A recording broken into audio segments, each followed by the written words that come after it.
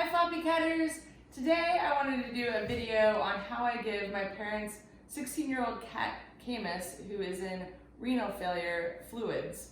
The reason I wanted to do this video is because when my sister and I started giving Caymus fluids, we wanted other options of where to do it, because when we gave it to him in the back of his neck, it would fall to his leg and then he would swing his leg to walk. So I'm going to show you today how you can do it further back on a cat's body so that it will fall to their stomach. So the first thing we do is warm up his fluids. Caymus seems to do best when the fluids are warm. We put a meat thermometer in a bowl, and then I just fill it up with the hottest water I can get from the faucet, and then put the bag in, and the hottest water I can get from the faucet is 120 degrees. So when it falls to 100 or a little bit below 100, I know the fluids are ready to give to Caymus, and they'll be warm when they go underneath his skin and not as shocking to his system. Some cats don't need fluids warmed. For example, I've even given my parents' other cat, Murphy, fluids, and he doesn't mind them cold. So you just have to figure out what your kitty likes and what your kitty wants. This started a long time ago, so right now it is October, about middle of October 2020, and Caymus was diagnosed in middle of June 2020. He looks pretty miserable right now. So we started by hanging it from the chandelier. You always want to hang your bag higher than where the cat is so that it flows. There's lots of options that you can hang it on a shower curtain, you can hang it from like a little wheelie IV stand. So I'll include a link to that on Amazon. I really looked into all of this a lot before we got going because I knew we were in it for the long haul. So Caymus is an impeccable patient, and I just lay him down like this on the bed.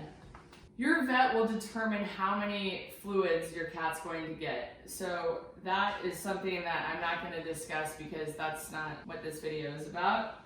But once the fluid, and as far as putting the fluids together, our vet gives them to us with the line attached to the fluid bag, and then we just switch out the needles. That's something that hopefully you already know how to do if you're watching this video.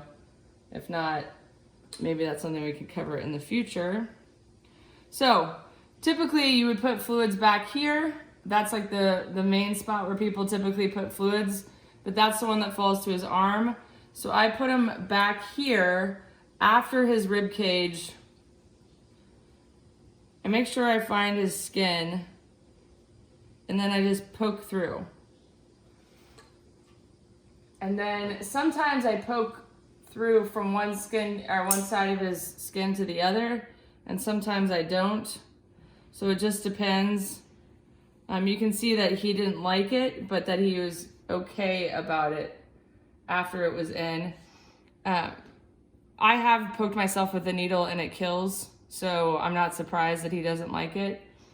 So we'll just let this flow until he's done, and then I'll let you know what we do after that. Caymus is also on B12 3 times a week, so we also just shoot that through his fluid line, which makes it a lot easier and one less needle poke for him every day. So I just put it in there. This also always helps me know that the fluids are going in him, because the red would be all over his coat if they weren't. I always think like a veterinarian just watching me do that would have maybe not liked that I was doing it over him, because I could have stuck him again by accident. Now some cats aren't going to be as compliant as Caymus and just lay here and put up with it.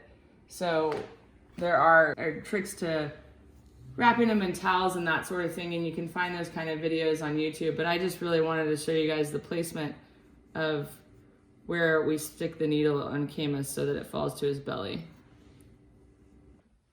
My sister, who's behind the camera, recommended that I say what a dream patient Caymus is, because he really is. Like this, I mean, you're almost hands-free, which is unheard of. So once the fluid is done, I close up the line, or once we've gotten the amount of fluids in him that he needs, I pull out the needle, I set it over there, and then I tell him that he's all done. I really find that this is an important step in the process to hold them, let them know that they're all done and they did a good job. And somebody had commented on Facebook, you know, I'm surprised Caymus is as affectionate with you after everything that you do with him. And I think it's because of this. Like, he knows I'm trying to help him. He knows I'm not trying to make things worse, and telling him he's a good boy, I think, helps too. So he's gonna walk away the wrong direction. So you can see his fluid bag.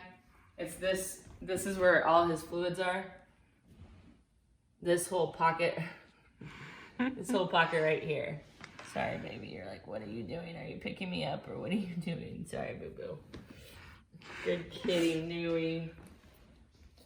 All right, guys, if you have any fluid tips, please leave them in the comment section below to help other people that might be going through this process.